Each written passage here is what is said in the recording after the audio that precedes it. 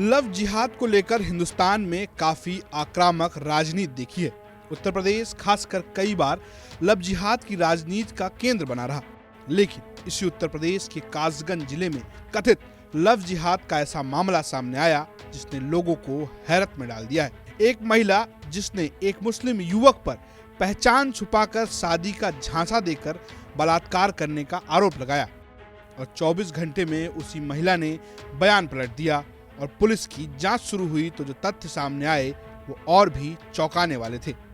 दरअसल 15 जुलाई 2022 को दिल्ली की रहने वाली पीड़िता कासगंज जिले की गंज डुंडवारा पुलिस थाने पहुंचती है। वहां पहुंचकर कासगंज के कारोबारी प्रिंस कुरैशी नाम के युवक के खिलाफ तहरीर दर्ज कराती है।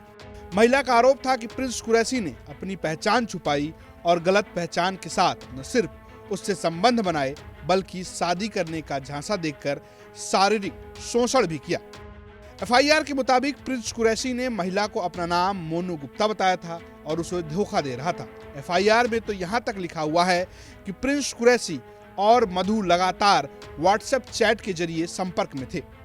पीड़िता ने कमरे पर यह भी बयान दिया कि प्रिंस कुरैशी ने उसे अपना नाम मोनू गुप्ता बताया और व्हाट्सएप कॉल के जरिए उसे कासगंज बुलाया था और शादी का दावा करके उसके साथ बलात्कार किया। पीड़िता ने आरोप लगाया कि प्रिंस कुरैशी कई महीनों से उसके साथ व्हाट्सएप चैट के जरिए संपर्क में था। मैं एफआईआर दर्ज कराने। किस मामले की एफआईआर होगी? इसने प्रिंस ने रेप किया है मेरे साथ। कहाँ का है, कौन है ये, क्या गंजड़वारा। नाम बताओ पूरा, किसने क्या हुआ? मोनू गुप्ता, टू व्हीलर पे नाम आ रहा है उसका। हाँ, नहीं, आपसे जो बात करता था पहले क्या उसका नाम कांटेक्ट में था क्या? हाँ, क्या था पूरा मामला ये बताएं। व्हाट्सएप पे कॉलिंग करता था और फेसबुक से था, मैसेंजर पे। हाँ, कितना टाइम से ये आप? 3-4 महीने से। 3-4 महीने से। तो अब तुम्हारे साथ में किस तरीके से बहला फुसला कर क्या क्या हुआ, पूरी बात बताइए। मैं शादी करूंगा तुमसे, शादी का झांसा दे के मुझे यहाँ बुलाया था। फिर उसके बाद मैं उतरी फाटक पर, ये रेलवे स्टेशन नहीं है यहाँ पे गंजड़वारा में। उसके बाद मुझे ये गाड़ी से ले गया, ठीक है। हम ये लाया कोल्ड ड्रिंक, इसने मुझे कोल्ड ड्रिंक पिलाई। उसकी मम्मी का आया फ़ोन, इसने बोला हाँ अम्मी। मैंने कहा आप तो कह रहे थे हम हिंदू हैं। तो कह रहा चुपचाप रहा, जवान बंद कर ले। फिर इसने मेरे साथ मारपीट भी की, ज़बरदस्ती भी की। फिर इसने मुझे नशा कर दिया, मुझे होश नहीं रहा मैं कहाँ पड़ी हूँ। फिर जब होश आया तो आप कैसे? फिर मैं होश आया, मुझे पता नहीं है इसने कहाँ छोड़ा। मुझे ये भी नहीं पता रास्ता है यहाँ के, कुछ मुझे पता नहीं है। ये कब क्या वाक़या है ये जो है? ये है आज तो मैं 6 बजे इसकी गाड़ी में बैठ गई थी, 6-6:30 बजे। आज 6 बजे? हाँ, सुबह। तो आप क्या चाहते हैं? मुझे मुकदमा लिखना चाहिए, उसकी कार्रवाई होनी चाहिए। आरोप है कि पीड़िता की शिकायत पर पहले तो स्थानीय पुलिस ने एफआईआर दर्ज करने से मना कर दिया था। बाद में इस मामले को लव जिहाद के एंगल से देखा जाने लगा और 16 जुलाई को थाने के बाहर कुछ हिंदूवादी संगठनों ने जमकर प्रदर्शन किया। हिंदूवादी संगठनों से जुड़े स्थानीय निवासी ठाकुर मंजीत सिंह ने इस घटना को लव जिहाद करार दिया और कहा हिंदू धर्म से जुड़ी महिला के साथ धोखा हुआ है और ऐसे में केस दर्ज हो। ठाकुर मंजीत सिंह नाम है। मंजीत सिंह, आज जो गंजड़वारा थाने में आए, वोट चला है, आखिर क्या क्यों आना पड़ा गंजड़वारा? ये हमारी एक बहन है जो हिंदू समाज से है, जिसको बहला फुसला कर यहाँ बुलाया गया है, उसके साथ शोषण किया गया है और उसके जो लव जिहाद है उसमें संज्ञान में मामला आया है। उस चक्कर में हम लोग यहाँ इकट्ठे हुए हैं। महिला का आगरा की है वो। मुकदमा लिख गया? मुकदमा अभी लिखा जा रहा है, अभी लिखा नहीं गया है। कप्तान साहब आए हुए हैं यहाँ पे। 24 घंटा हो गए? 24 घंटा हो गए हैं। 24 घंटे बाद अब ये कार्रवाई हो रही है। पीड़िता के बयान के बाद जब पुलिस ने प्रिंस कुरैशी के खिलाफ एफआईआर की तो जांच के तहत सबसे पहले आरोपी का बयान दर्ज हुआ। पीड़िता के बयान में लाल गाड़ी का जिक्र था और पुलिस जांच में लाल गाड़ी किसी गैरेज में पाई गई, जिसकी तस्दीक सीसीटीवी फुटेज के जरिए हुई और पता चला कि उस गाड़ी में तकनीकी खराबी है। गंज डुडवारा के वर्कशॉप में आज भी वह गाड़ी जस की तस खड़ी है। एफआईआर को 24 घंटे भी नहीं हुए थे कि ठीक अगले दिन न्यायालय में सीआरपीसी की धारा 164 के तहत पीड़िता ने मजिस्ट्रेट के सामने अपना बयान पलट दिया और कहा कि उसके साथ बलात्कार नहीं हुआ है। लव जिहाद की पूरी कहानी अदालत के सामने पलट गई और उसके बाद जो पुलिस की जांच शुरू हुई उसमें कुछ अलग ही तथ्य सामने आने लगे। हालांकि प्रिंस कुरैशी ने जब यूपी तक से बातचीत की और बताया कि जिस महिला ने बलात्कार का दावा किया उससे कभी प्रिंस की मुलाकात ही हुई नहीं अपनी सफाई में प्रिंस ने कहा, इसी महीने के पहले सप्ताह में इस लड़की ने फेसबुक पर मुझे रिक्वेस्ट भेजी थी, जिसे मैंने स्वीकार किया और उसने अपना नंबर भेजा, जिस पर व्हाट्सएप कॉल के जरिए उससे बात हुई, लेकिन ना तो रिश्ते की बात हुई, ना शादी की बात हुई और ना ही कभी उससे मुलाकात हुई। इन सब के बावजूद प्रिंस और उनके परिवार को भनक नहीं लगा कि उनके साथ हनी ट्रैप हो रहा है। एक लड़की दिल्ली से आती है, शिकायत लिखाती है आपके खिलाफ। सबसे पहले मैं जानना चाहूंगा, उस लड़की को आप कैसे जानते हैं, कैसे मुलाकात हुई? सर उसका मेरे पास मैसेज फ्रेंड रिक्वेस्ट आई थी फेसबुक पर। कितने दिन पहले?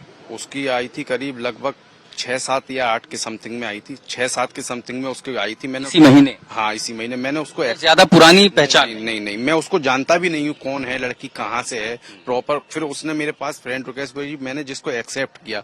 फिर उसने मेरे पास 1-2 मैसेज डाले, ये कार किसकी है, तो मैंने बताया मेरी कार है। तो कार की फोटो उन तक कैसे? कार की फोटो मतलब मेरी डीपी पे लगी है। अच्छा। हाँ, मेरी डीपी पे लगी, BMW कार में मैं बैठा हूँ। तो उसने उस कार को बोला, लेकिन उसको लाल कार कहीं नहीं दिखाई दी है फेसबुक वगैरह। तो आपने बताया कि आपकी गाड़ी है? जी।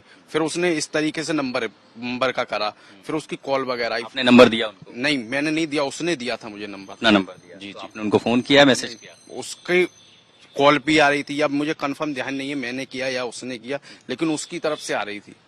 हाँ, रिक्वेस्ट उन्होंने आप? हाँ, और उसने मुझे सब फ्रॉड बताया था कि या राजकोट, नोएडा, फिर बीच में ये बताया था लड़की क्या करती है? हाँ, एक्सपोर्ट में बताया था, जॉब करती हूँ मैं नोएडा में। अच्छा, आपने क्या बताया अपने बारे में उनको? मैंने मेरा नाम तो ओरिजिनल सर, मेरा नाम प्रिंस कुरैशी है।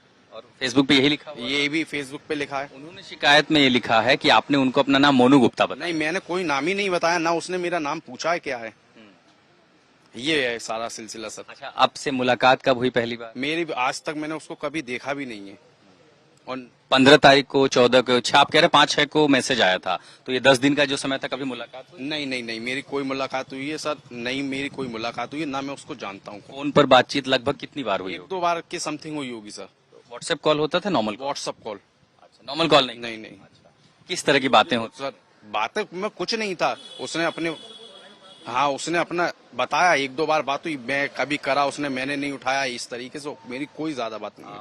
एक आरोप आप पर ये लगाया कि आपने उनसे कहा कि शादी करेंगे, आप शादी का झांसा दे करके आप करीब आए? नहीं, ऐसा कुछ नहीं है सर, वो तो प्री प्लान था इन लोगों का। अच्छा, उसके बाद फिर कभी मुलाकात, वीडियो कॉलिंग कभी हुई आमने सामने? नहीं। 15 तारीख को आई थी गंज जंडुआरा यहाँ पे? हाँ, 15 तारीख को आई। मिले थे उनसे? नहीं, मैं नहीं मिला हूँ। तो फिर वो लाल गाड़ी का जिक्र कैसे हुआ? लाल गाड़ी ये पूरा प्री प्लान है सर, मैं जानता तक नहीं हूँ, मेरी गाड़ी कैमरे में खड़ी है। अदालत के सामने महिला के बयान पलटते ही पुलिस ने जांच की दिशा भी बदल दी और तब महिला के कॉल डिटेल्स खंगाले गए। CDR सामने आते ही लव जिहाद के आरोपों की परत खुलने लगी। इलेक्ट्रॉनिक एविडेंस से पता चला कि पीड़िता पिछले 24 घंटे में लगातार किसी के साथ संपर्क में थी। इस महिला की कॉल डिटेल के मुताबिक देर रात ही नहीं बल्कि तड़के सुबह तक वह अमन नाम के लड़के के साथ फोन पर बात करती रही। इत्तेफाक देखिए, अमन और आकाश वही लड़के हैं जो इस महिला की शिकायत पर प्रिंस कुरैशी के खिलाफ FIR लिखवाने के लिए न सिर्फ प्रदर्शन कर रहे थे बल्कि दबाव भी डाल रहे थे। इतना ही नहीं, अमन चौहान कासगंज में सत्ताधारी दल भाजपा के जिला युवा मोर्चा का जिला उपाध्यक्ष भी है। तो आखिर प्रिंस कुरैशी, अमन चौहान और इस पीड़िता के बीच रिश्ता क्या है? महिला के कॉल डिटेल खंगाले गए तो पता चला कि कासगंज पहुंचने से पहले देर रात ही नहीं बल्कि तड़के सुबह तक वह अमन चौहान के साथ लगातार फोन पर बात करती रही थी। इतना ही नहीं, ये दोनों लगातार पिछले कई महीनों से फोन के जरिए संपर्क में थे। वहीं प्रिंस कुरैशी और अमन चौहान एक दूसरे को काफी लंबे समय से जानते हैं। एक ही इलाके में रहना, उठना, बैठना है, यहाँ तक कि अमन चौहान कई बार प्रिंस कुरैशी की गाड़ी भी चला चुका है। तो फिर दो दोस्तों के बीच रिश्ता इस मुकाम तक कैसे पहुंचा? इसकी वजह है जमीन का एक टुकड़ा। प्रिंस ने बताया कि उनके घर के पास जमीन के एक हिस्से को लेकर प्रिंस का अपने चाचाओं के साथ मतभेद चल रहा था और अमन उनके चाचाओं के भी बेहद करीब था। अपनी शिकायत में प्रिंस कुरैशी ने अपने चाचा मोहम्मद परवेज और मुबीन अंसारी के नाम का भी जिक्र किया है, जो अमन चौहान के करीबी थे और जमीन विवाद को लेकर जिनका प्रिंस कुरैशी के साथ मतभेद चल रहा था। प्रिंस ने बताया कि कुछ समय पहले अमन चौहान ने उसे जमीन की प्लॉटिंग करने से मना किया था और चेतावनी भी दी थी कि वह उन्हें अदालत की चौखट तक ले जाएगा। पुलिस की जांच में जो नाम सामने आए वो आकाश और अमन के आते हैं। कि वो शायद इस लड़की से बातचीत कर रहे थे। लड़की ने जब आपसे बातचीत होती, कभी आकाश या अमन का नाम लिया था? नहीं, आकाश अमन का नाम मेरे सामने कुछ नहीं आया। उसने आकाश अमन का नाम मेरे से करा भी नहीं और जिक्र भी नहीं आया। अच्छा, यहाँ जब प्रदर्शन हो रहा था FIR लिखवाने के लिए, तो वो लोग थे यहाँ पे? हाँ, वो लोग बैठे थे। आगे आपने टाइम्स ऑफ इंडिया की न्यूज में देखा होगा, एक चश्मा लगा के बंदा बैठा है यहाँ पर, वो मौजूद थे वो दोनों लोग, और उन दोनों लोगों ने सब प्रोपगेंडा तैयार किया। आप मुझे बताइए, थोड़े चलते हैं, आकाश और अमन को आप कितना जानते हैं? अमन को तो मैं जानता हूँ, लेकिन आकाश को तो मैं बिल्कुल ही नहीं जानता हूँ। कौन आकाश है, कहाँ से है, मुझे इसकी जानकारी भी। के बारे में क्या जानते हैं? अमन मेरा दोस्त भी रहा है कल, और अच्छा खासा उठना बैठना था मेरा उसके साथ। क्या करता है अमन? अमन पॉलिटिक्स में रहता है और प्रॉपर कोई बिजनेस नहीं है उसका। आप आखिरी बार आपकी अमन या आकाश में से कब बातचीत हुई थी? अमन को, आकाश को तो मैं जानता ही नहीं हूँ। अमन से मेरी करीब 15 तारीख से समथिंग 25-26 के करीब मेरी मुलाकात हुई उससे। नहीं, 15 के पहले। मैं कब से जानते हैं आप इस अमन को? कितने दिनों से जानते हैं? अमन को तो हम बहुत टाइम से जानते हैं। किस तरह का रिश्ता था आपका उसके साथ? दोस्ती थी सिर्फ। किसी बात को लेके विवाद, कोई झगड़ा, किसी चीज को लेके? हाँ, वो थोड़ा प्रॉपर्टी का मसला था। तो उसको लेकर के क्या दावा था दोनों का? जी सर। दावा क्या था आपका? जो प्रॉपर्टी थी या जमीन की बात थी, आपका क्या कहना था, उनका क्या कहना था? मतलब वो हम सेल आउट कर रहे थे, वो रुकवाना चाहता था। आप बेचना चाहते थे? जी। वो क्यों रुकवा रहे थे? और वो हमारे प्रॉपर्टी का विवाद था। हमारे चाचा हैं मुबीन और परवेज, वो दोनों उनके टच में था, उनसे रुकवाना चाह रहे थे। उनके थ्रू धमकियां दे रहे थे, एलानिया। अच्छा, धमकी आई थी आपको? हाँ, अमन की ओर से? सारा जो मूवमेंट जो रचा गया था सर, वो सब अमन की तरफ से ही रचा गया था। और जो हमारे परिवार के जो चाचा हैं, मुबीन हैं, परवेज हैं या अन्य लोग हैं, ये लोग साइड में थे। अमन आए, प्लॉटिंग हमारे ये भाई वगैरह कर रहे थे, तो इन्होंने कहा कि आप प्लॉटिंग को रोक दीजिए, नहीं रोकेंगे तो हम तुम्हारे साथ में मुकदमा लगाएंगे, और एक एलानिया दी और हमसे थोड़ी सी घूस मांगने की भी जैसे कोशिश की गई थी। यानी आपसी लेन देन और जमीन के एक टुकड़े को लेकर स्थानीय भाजपा नेता और प्रिंस कुरैशी के बीच खड़ा हुआ वाद विवाद एक षड्यंत्र में बदल गया। अमन चौहान के साथ हनी ट्रैप के द रियल लव जिहाद का षड्यंत्र रचने वाले दूसरे आरोपी का नाम आकाश सोलंकी बताया जा रहा है। इतना ही नहीं, पीड़िता इस आकाश सोलंकी की रिश्तेदार है। लव जिहाद उत्तर प्रदेश के लिए वो मसला था जो पहले हिंदूवादी संगठनों ने उठाया और उसके बाद राजनीति में उसका इस्तेमाल होने लगा। जमकर इस मसले पर सियासत हुई, लेकिन जो कुछ कासगंज में सामने आया, उसने जो सवाल खड़े किए हैं उसका जवाब आखिर देगा कौन?